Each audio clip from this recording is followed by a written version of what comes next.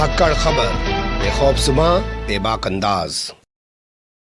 धाकड़ खबर के news room से मैं आपके साथ हूं अकरम रेस खान। सन्नी देओल की एक फिल्म है घातक, डायलॉग काफ़ी मशहूर है। आजकल तो टीवी की दुनिया है, यूट्यूब पे कुछ भी देखा जा सकता है। एक ज़माना था कि कैसेट में तमाम चीज़ें चलती थी, लोग अपने स्पीकर में इसको सुना भी करते थे। डायलॉग कुछ इस प्रकार है कि डरा कर लोगों को वो जीता है जिसकी हड्डियों में पानी भरा होता है। लेकिन अब लगता है कि डर का एक माहौल लगातार बढ़ाया जा रहा है, बनाया जा रहा है ताकि अपनी सत्ता को बचाया जा सके। 1925 से जो एक माहौल बनाने में वो लोग 100 साल में कामयाब हो पाए हैं, जिसके दम पर 2014 से सत्ता कर रहे हैं और कई सारे राज्यों में भी उनकी सत्ता चल रही है, उसे वो डर के आधार पर आगे बरकरार और बढ़ाए रखना चाहते हैं। कैसे कैसे वो तस्वीर उभर रही हैं, चार अहम खबरों के जरिए आपके सामने रखने जा रहा हूं। लेकिन मुझे लगता है वो तस्वीरें आपके सामने रखूं उससे पहले एक टीवी सीरियल का जिक्र कर लेते हैं। शक्तिमान टीवी सीरियल आपने देखा होगा, मुकेश खन्ना ने इसमें एक अहम भूमिका निभाई है। लेकिन मुझे इसमें कैरेक्टर का खासा पसंद आया है जिसको कहते हैं तमराज किल्बिस। अंधेरा कायम रहे। लगता है 2014 के बाद बहुत सारे तमराज किल्बिस देश के अंदर पैदा हो गए हैं जो रात दिन अपने डर का साम्राज्य स्थापित करने के लिए तरह तरह के हथकंडे, तरह तरह की बातें, तरह तरह के प्रोपेगेंडे, एजेंडे इस्तेमाल करते रहते हैं। चार तस्वीरें हैं। पहली तस्वीर की तरफ चलते हैं जो आ रही है सीधे तौर पर मोहन भागवत से जुड़ी हुई। मोहन भागवत को आप लोग जानते ही हैं, आरएसएस के जो है प्रमुख हैं और वर्तमान समय में बहुत कुछ करते हुए दिखाई दे रहे हैं। कभी वो मुसलमानों को लेकर कुछ बयान देते हैं, कभी मुसलमानों के खिलाफ कुछ बयान देने लग जाते हैं। तरह तरह से वो चर्चाओं में बने रहते हैं। लेकिन जब से सत्ता नरेंद्र मोदी के हाथ में आई है तब से आरएसएस जो है काफ़ी मजबूत हो गया है। वर्तमान समय की स्थिति आप जानते हैं, राष्ट्रपति भी आरएसएस से, उपराष्ट्रपति भी आरएसएस से, प्रधानमंत्री भी आरएसएस से, तमाम मुख्यमंत्री आरएसएस से, राज्यपाल आरएसएस से। मतलब एक तरीके से आरएसएस जो है बहुत मजबूती के साथ उभरा। ये अलग बात है कि उसे यहाँ तक पहुँचने में 100 साल लग गए और इस देश की जो गंगा जमनी तहजीब है अभी भी वो उसको पूरी तरीके से नुकसान नहीं पहुँचाया है। अभी भी यहाँ पे सेकुलरिज्म बहुत मजबूती के साथ जिंदा है। खैर ये हमारा टॉपिक नहीं है, हमारा टॉपिक जो है उस पर आ जाते हैं। कल यानी कि रविवार के दिन वो पहुंचे हुए थे उत्तराखंड के हल्द्वानी। उत्तराखंड के हल्द्वानी में उन्होंने आरएसएस के जो कार्यकर्ता हैं और उनके परिवारों को संबोधित किया। प्रोग्राम का नाम रखा गया परिवार प्रबोधन। उसमें उन्होंने संबोधित करते हुए कहा कि आज हमारे समाज की जो बेटियां हैं वो गैर धर्म के लोगों के साथ शादियां कर रही हैं। ये बहुत गलत हो रहा है, हमें इसे रोकना होगा और अपनी बेटियों को बताना होगा कि हिंदू धर्म की क्या धार्मिक मान्यताएं हैं, क्या परंपराएं हैं। और ये करने के लिए अब हमें आरएसएस के जो प्रोग्राम है उसमें सिर्फ पुरुषों को ही नहीं महिलाओं को भी शामिल करना पड़ेगा। यानी कि वो अब एक कदम आगे जाते हुए कह रहे हैं कि हमें ये नहीं दिखाना है कि आरएसएस सिर्फ पुरुषों का संगठन है, हमें ये भी दिखाना है कि इसमें महिलाओं की भी पूरी भागीदारी है। यानी कि अब वो सीधे तौर पर महिलाओं पे फोकस करना चाहते हैं। उनको लगता है जब तक महिलाओं पे फोकस नहीं किया जाएगा तब तक वो लड़कियों को अच्छा हिंदू नहीं बना सकते हैं। उनका कहना है कि धर्मांतरण इसी के आधार पर रोका जा सकता है। उनका कहना है कि परिवार संस्कार हम इसी के आधार पर सिखा सकते हैं। उनका कहना है कि हम हिंदू धर्म के बारे में इसी के आधार पर बनाए जा सकते हैं। उनकी बात अच्छी है, हर आदमी को अपने धर्म का प्रचार प्रसार करने का अधिकार है, लेकिन उसके लिए पहले आप एक डर कायम करें। पहले आप ये बताएं कि हमारी बेटियां गैर धर्मों में शादी कर रही हैं और वो मामूली से फ़ायदे के लिए जो है वो शादी कर ले रही हैं और इस पर अंकुश लगना चाहिए, ये गलत हो रहा है। तो पहले एक डर दिखाइए, फिर बाद में उसे कहिए कि हमें उसे एक अच्छा हिंदू बनाना। आगे वो कहते हैं कि जब तक हम एक अच्छा हिंदू नहीं बनाएंगे तब तक हम विश्वगुरु नहीं बनेंगे। वो आगे कहते हैं कि हमें अपनी बेटियों को ओटीटी प्लेटफॉर्म से भी बचा के रखना होगा। जानते हैं ना, ओटीटी प्लेटफॉर्म पर आज तक किस तरह की वेब सीरीज़ लॉन्च की जाती हैं, खुल्लम खुल्ला वहाँ पर गालियाँ और ना जाने क्या क्या वहाँ पर जो है लाया जाता है। तो इस तमाम चीज़ों को वो जिक्र कर रहे हैं, अच्छी बातें हैं, धार्मिक मान्यताओं को जिक्र कर रहे हैं। लेकिन सबसे पहले वो एक डर लोगों के दिमाग में बैठा रहे हैं कि हमारी बेटियों को जो है दूसरे धर्म के लोग फंसा ले रहे हैं, इसलिए हमें उनको एक अच्छा हिंदू बनाना पड़ेगा और उसके लिए अब आरएसएस के प्रोग्राम में महिलाओं को भी शामिल करना पड़ेगा। यानी कि महिलाओं के दिमाग में भी पहले बैठा रहे हैं कि आरएसएस के प्रोग्राम में इसलिए आइए क्योंकि आपकी बेटियाँ गैर धर्म के लोगों के साथ जाके शादियाँ कर रही हैं। क्या इस धर्म का प्रचार प्रसार करने के लिए वाकई में डर की ज़रूरत थी? सोचिएगा इस पर। अब दूसरी तस्वीर आपके सामने रख देता हूँ।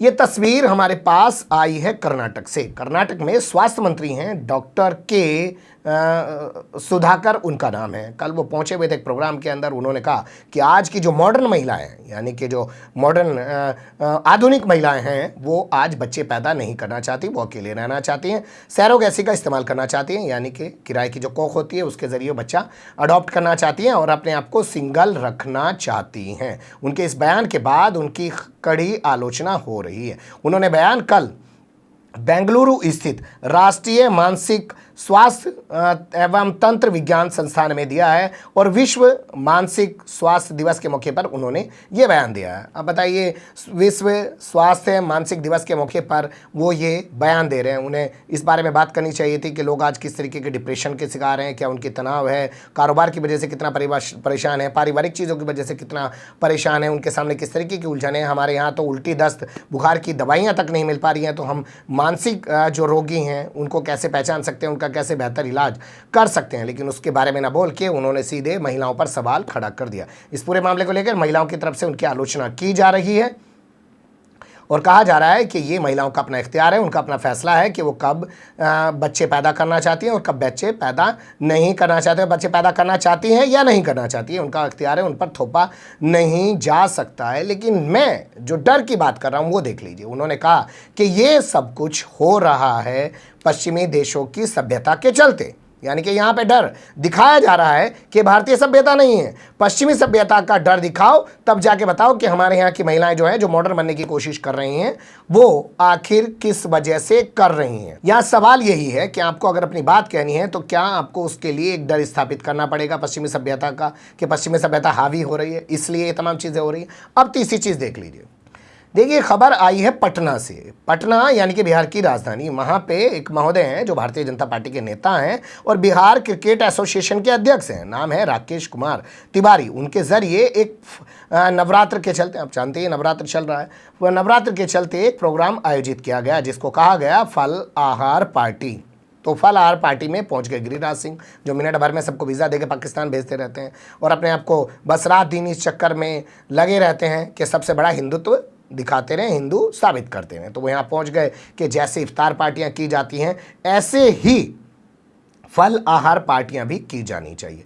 अब यहाँ बात वही, फिर आ गया डर कि आप इफ्तार पार्टी का जिक्र क्यों कर रहे हैं। आप अपनी फल आहार पार्टी का जिक्र कर सकते हैं, कह सकते हैं कि भाई हमें ये सब चीज़ें करनी चाहिए, इनको बढ़ावा देना चाहिए, लेकिन उसके लिए आपको इफ्तार पार्टी सामने रख के अपने फल आहार पार्टी की तुलना करना, क्या ये शोभा देता है?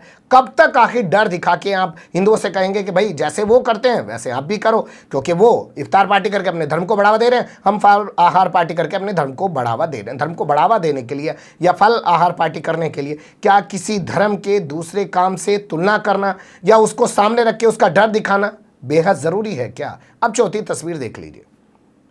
ये तस्वीर आई है भोपाल से, यानी कि मध्य प्रदेश की राजधानी से। आप जानते हैं भोपाल से भारतीय जनता पार्टी की सांसद हैं जो खुद को साध्वी कहती हैं, भगवाधारी भी हैं। नाम है उनका प्रज्ञा सिंह ठाकुर। मालेगांव वाले मामले में वो आतंकवाद का मामला है, उसमें वो आरोपी हैं और जमानत पर रिहा चल रही हैं। जमानत उन्होंने ली थी बीमारी के चलते, लेकिन अब वो खूब भाग दौड़ती हुई दिखाई देती हैं। ऐसा कुछ लगता नहीं है कि वो बीमार है। खैर वो छोड़िए, वो काम अदालत तय करेगी, लेकिन हम उनसे जुड़ी खबर रखने जा रहे हैं आपके सामने। उनका कहना है जो हिंदू मठ मंदिर हैं वो सरकार के संरक्षण में चलते हैं, डीएम जो है उनका सुपरविजन करता है और वहां से इकट्ठा होने वाला पैसा उसका इस्तेमाल अल्पसंख्यकों पर और विधर्मियों पर किया जाता है। यही हमारा सवाल है। उनका बयान आपके सामने रखूंगा कि आप अपने मठ मंदिरों की हिफाजत की बात करिए, आप मठ मंदिरों को सरकार के संरक्षण से आज़ाद कराने के लिए आंदोलन चलाइए और उनको अपने कब्जे में रखिए, लेकिन वो आंदोलन चलाने के लिए, वो पैसा अपने कब्जे में रखने के लिए, मठ मंदिरों पर अपना कब्जा रखने के लिए, सरकार का कब्जा हटवाने के लिए ये कहने की क्या जरूरत है कि यहाँ का पैसा अल्पसंख्यकों पर, विधर्मियों पर खर्च किया जा रहा है। यानी कि पहले डर स्थापित कीजिए, फिर एक माहौल बनाइए और फिर उसके बाद एक आंदोलन चलाइए। बगैर डर के कुछ भी नहीं कर पा रहे हैं, ना बेटियों को बचा पा रहे हैं, ना महिलाओं को कह रहे हैं कि बच्चे पैदा कर लो, ना फल आहार पार्टी करा पा रहे हैं, यानी कि खान पान का भी अपना जो संस्कार है उसको बचा पा रहे हैं, और ना ही मठ मंदिरों और उसके पैसे को बचा पा रहे हैं। सुन लीजिए उनकी ज़बानी। सरकार के कब्जे में रहते हैं, सरकार के संरक्षण में रहते हैं, कलेक्टर उसका अध्यक्ष होता है। हिंदुओं के मंदिरों का जो धन है, बड़े बड़े मंदिरों का भी जो धन है, वो धन अल्पसंख्यकों को जाता है, विधर्मियों को चला जाता है। भारत भक्ति अखाड़ा इसका विरोध करता है और भारत भक्ति अखाड़ा इसके लिए संघर्ष करेगा, आंदोलन करेगा और सरकार से ये आवेदन करेगा कि ये जो जितने भी हमारे मंदिर हैं वो सरकार के संरक्षण से मुक्त हों। हिंदू स्वयं धर्मावलंबी जो लोग हैं वो स्वयं अपने मंदिरों का संरक्षण भी कर लेंगे, उनका विकास भी कर लेंगे और हिंदुओं की श्रद्धा का जो धन है जो वो दान में देते हैं वो हिंदुओं के विकास में लगना चाहिए। ये भारत भक्ति अखाड़े की विशेष तौर पर मांग है। कुल मिला के तमाम चीज़ें देखने के बाद आप यही सोचेंगे कि आखिर हर चीज़ में डर क्यों स्थापित किया जा रहा है। भाई आप कभी देखिए, किसी सिख को आपने देखा है जब वो पगड़ी लगा के चलता है, दाढ़ी लगा के चलता है, क्या वो किसी के डर की वजह से चलता है? क्या उसे डर लगता है? क्या किसी मुस्लिम को आपने देखा है वो दाढ़ी टोपी कुर्ता पहन के चलता है, क्या वो किसी के डर की वजह से चलता है? क्या उसके घर वाले उसको ये सिखाते हैं कि पहन लो, इससे क्या नाम है हमारा धर्म बचा रहेगा, दूसरे लोगों से हम बच पाएंगे? नहीं, वो अपनी स्वेच्छा से पहनता है, अपनी स्वेच्छा से उन चीज़ों को अडॉप्ट करता है। तो ये चीज़ सिखाइए ना, डर पहले क्यों रख देते हैं किसी धर्म का, किसी व्यक्ति का, किसी के खान पान का और किसी के द्वारा पैसा इस्तेमाल करने का। यही थी एक छोटी सी कोशिश कि आखिर कब तक इस डर को यूं ही बढ़ावा दिया जाता रहेगा। कमेंट्स के रूप में आप लोग अपनी राय दे सकते हैं, खबर को लाइक कर सकते हैं, चैनल को सब्सक्राइब कर सकते हैं और ज़्यादा से ज़्यादा हमारी खबरों को शेयर कर सकते हैं। फिर ऐसे ही किसी सुलगते हुए या उलझते हुए मुद्दे लेकर मैं आपके सामने हूँगा हाजिर। फिलहाल अभी मुझे दें इजाज़त।